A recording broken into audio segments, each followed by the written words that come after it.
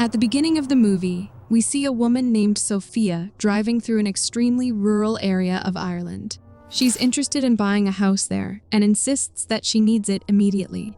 She finalizes the deal quickly, agreeing to pay whatever amount the seller asks for. Sophia hands over a large amount of cash to the dealer, requesting privacy and swift paperwork.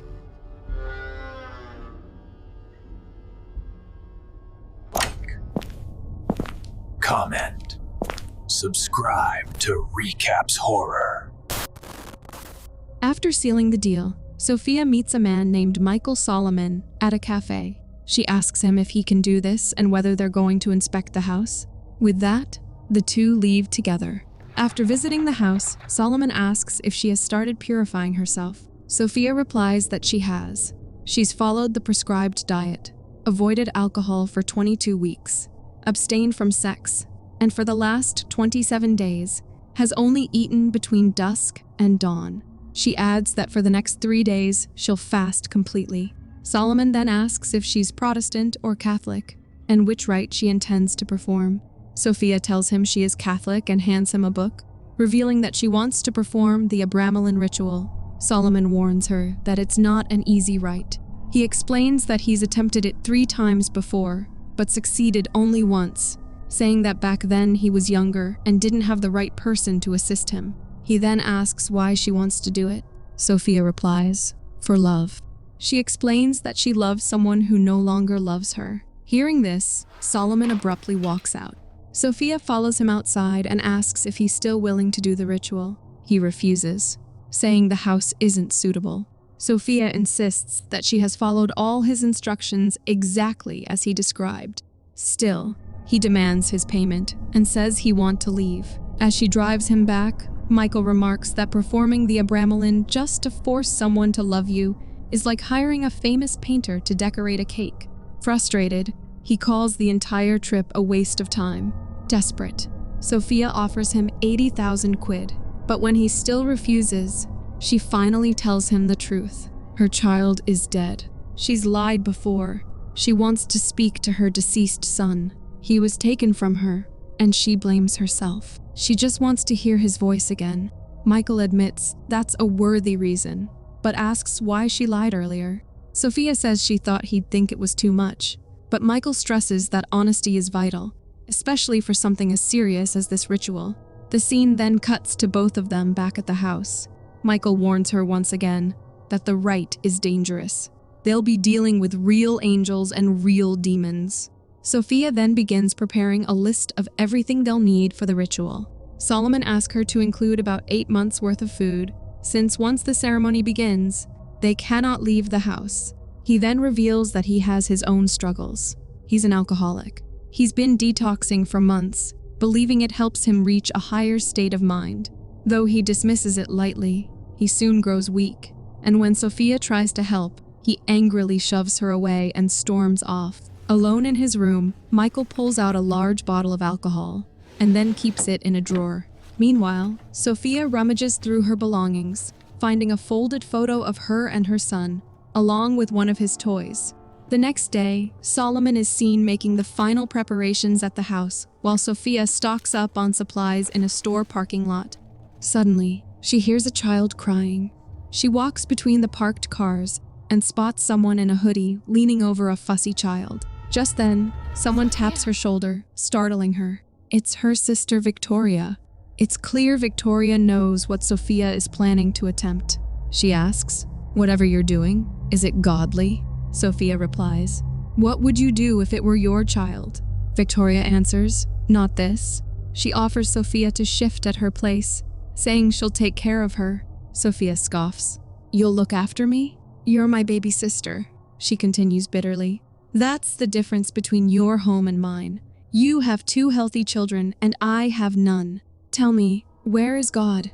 Where is his goodness?" She declares that she's going to perform the ritual. It doesn't matter if it's right or wrong, and warns her to stay away before walking off. Later that night, Solomon and Sophia are seen having a conversation. Solomon tells her that she must remain completely truthful throughout the ritual. Not just her intentions, but her drive must also be pure. Otherwise, things could go terribly wrong.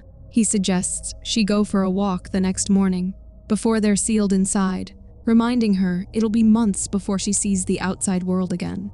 The next morning, Sophia is seen on her walk, pausing for a moment to take in the gravity of what she's about to do. She then spots a rotting dog carcass covered in maggots. The scene cuts to Solomon laying out a salt perimeter around the house. Before sealing it, he warns Sophia that this is her last chance to back out. Once he completes the circle, no one can leave until the invocation is finished. No matter what happens, no food, no emergencies, nothing. Sophia agrees to proceed, and he completes the circle. The following morning, while Sophia is still asleep, Solomon angrily throws a pan of water on her, shouting at her for being in bed.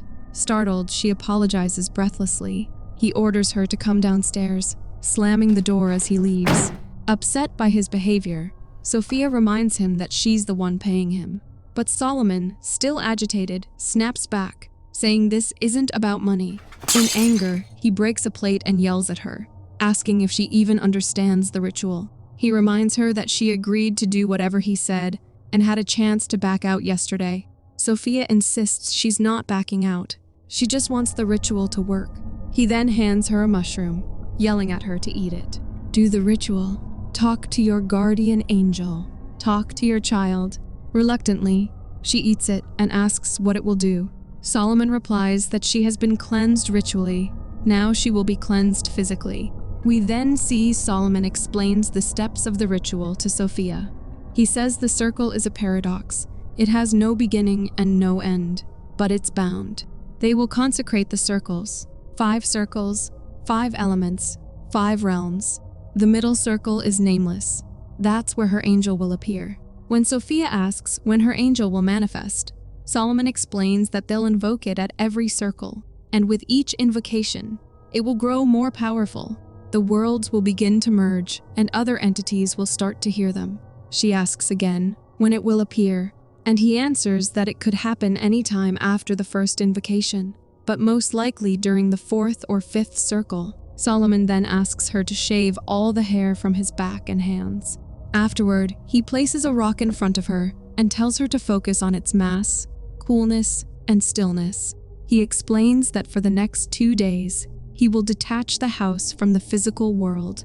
She must not leave the circle. No food, no water, only focus on the stone, enduring the pain and discomfort. After 3 days, she'll get some food, but then they'll repeat the process in the back 2 rooms, taking a total of 6 days. 6 days later, Sophia is seen chanting and reading from a book, asking for all her transgressions to be washed away and for her to be made chaste and pure. As she continues, a door creaks open, followed by a thud upstairs. When she goes to her room, she finds her son's toy knocked over. As she picks it up, she hears a dog barking outside. The next morning, Solomon asks if she heard a dog barking last night. She replies, "Maybe." Then she asks, "When will I know that it started?" Just then, a bird crashes into the window.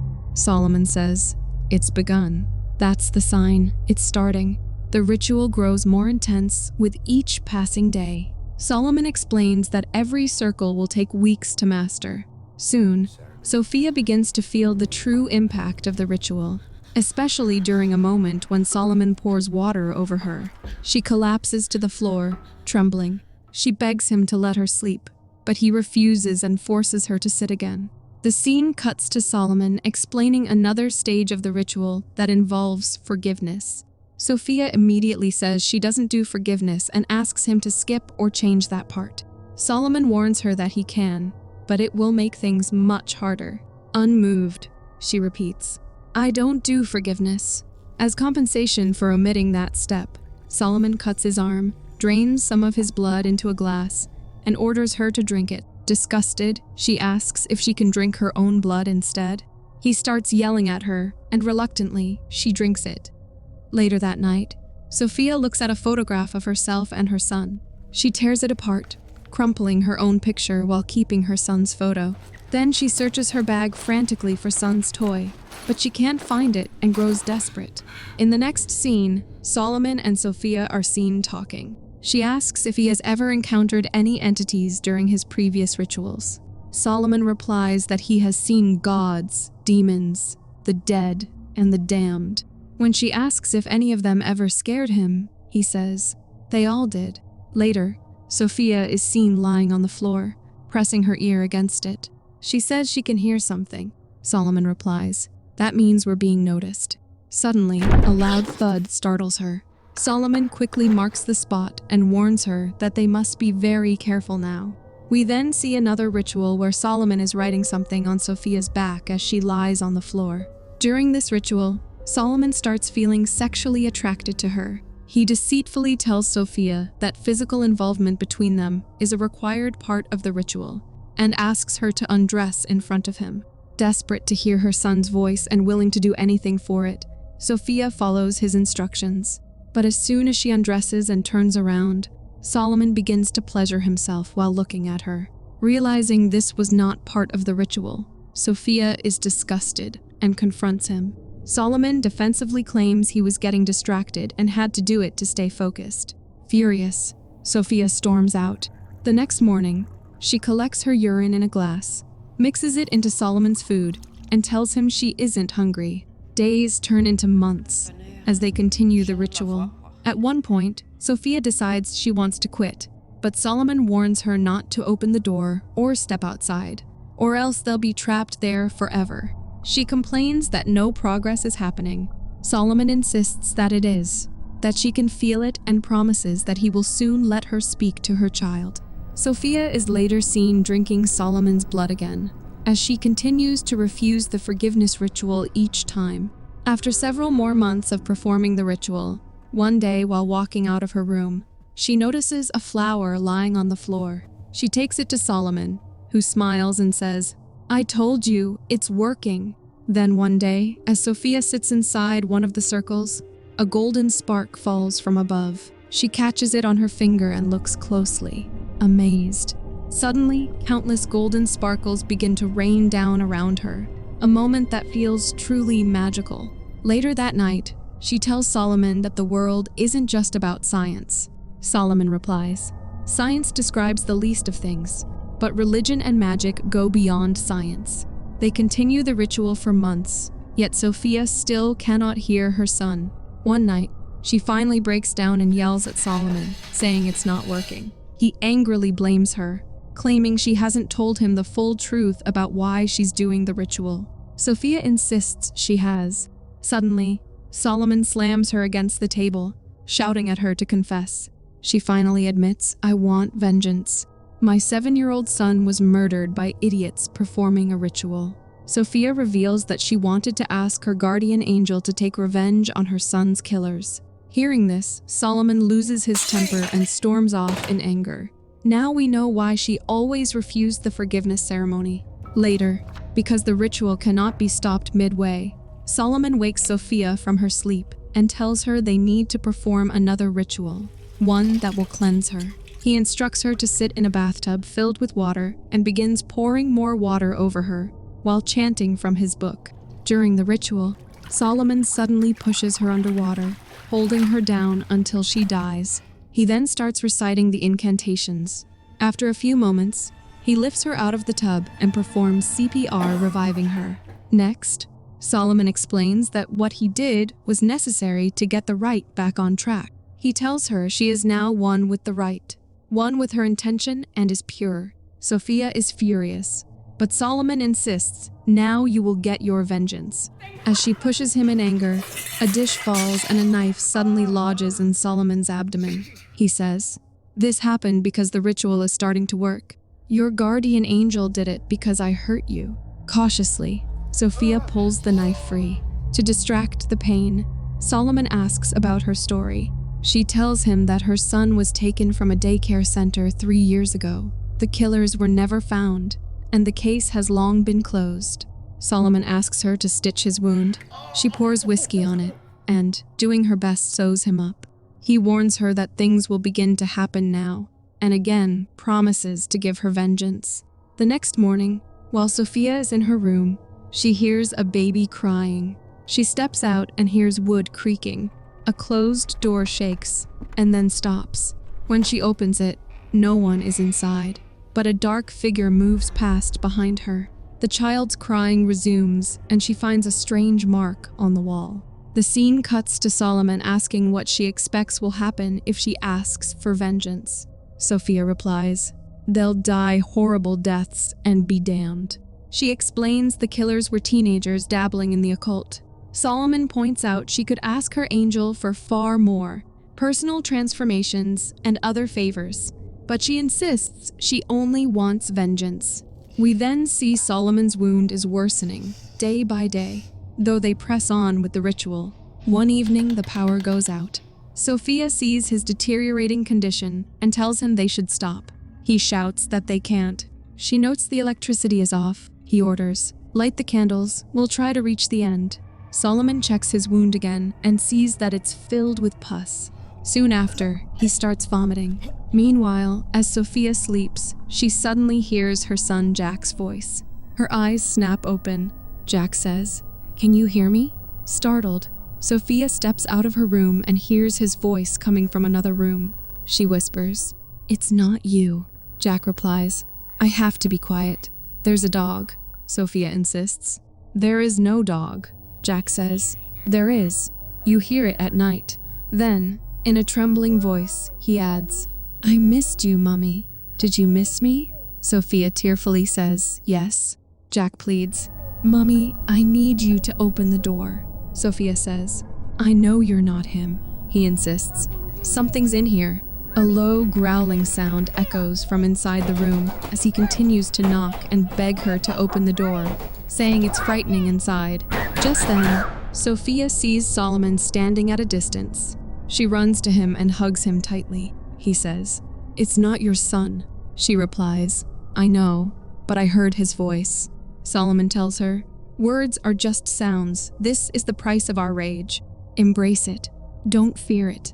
Later, we see Sophia copying notes from one of the ritual books when she suddenly hears a creaking sound. She looks up and sees a dark figure sitting in a chair across the room, smoking a cigarette. It mutters something in a foreign language. Terrified, Sophia gathers her courage, picks up a candle, and slowly approaches the figure. It keeps muttering unintelligible words.